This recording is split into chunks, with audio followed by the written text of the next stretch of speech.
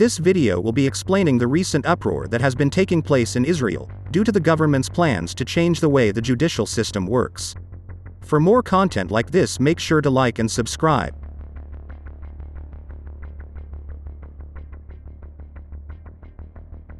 Since the beginning of the year, there have been a lot of protests taking place in Israel capital Tel Aviv.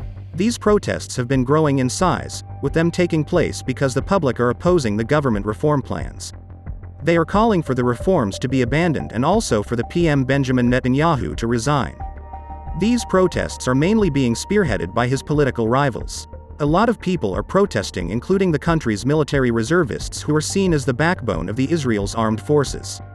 They have been refusing to report to duty, which have caused concerns to be raised that this will affect the country's national security.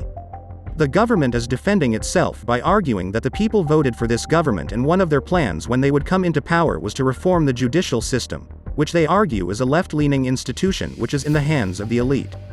And argues that any attempts to stop these reforms coming into place are undemocratic.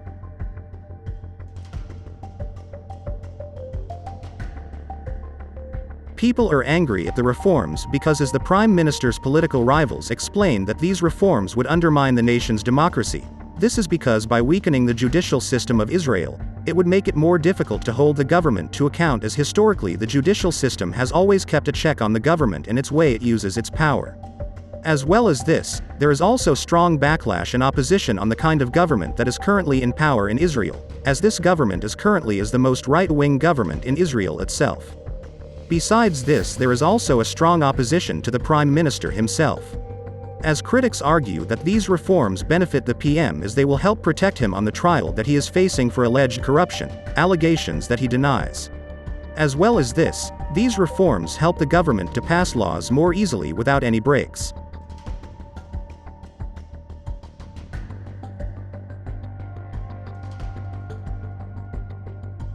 The reforms that the government want to make are about the power the government has, versus the power the courts possess, to scrutinize and to even overrule the government.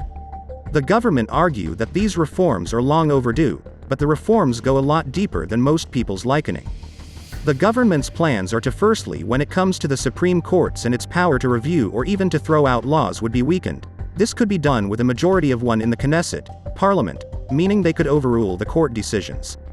Next, when it comes to appointing a judge, the government would have a large decisive say in this matter, including in the Supreme Court, where the government would like to increase their representation by appearing on the committee which appoints the judges.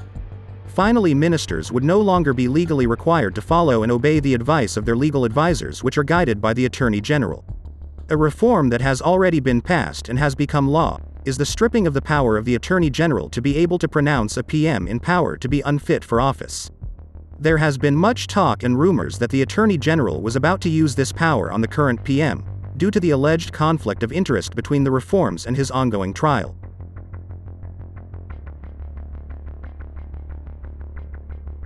Finally, after many weeks of protests, the PM announced that he will be delaying a major part of the legislation for at least a month. This will be done in order to give time and to help reach a broad agreement. This move was cautiously well received by the opposition. Both sides have said that they are willing to have a conversation, whilst the PM still stating that these reforms won't be scrapped and will pass in one form or another. Although the PM is currently facing pressure from the protesters, other people he is also facing pressure from are certain far-right ministers in his own cabinet. These ministers are important to the PM, as without their support this would cause the government to collapse. And these ministers also insist that these reforms should be passed and not watered down. But for now, time has been given in order to see what could be done in order to help deal with this situation. For more content like this, make sure to like and subscribe.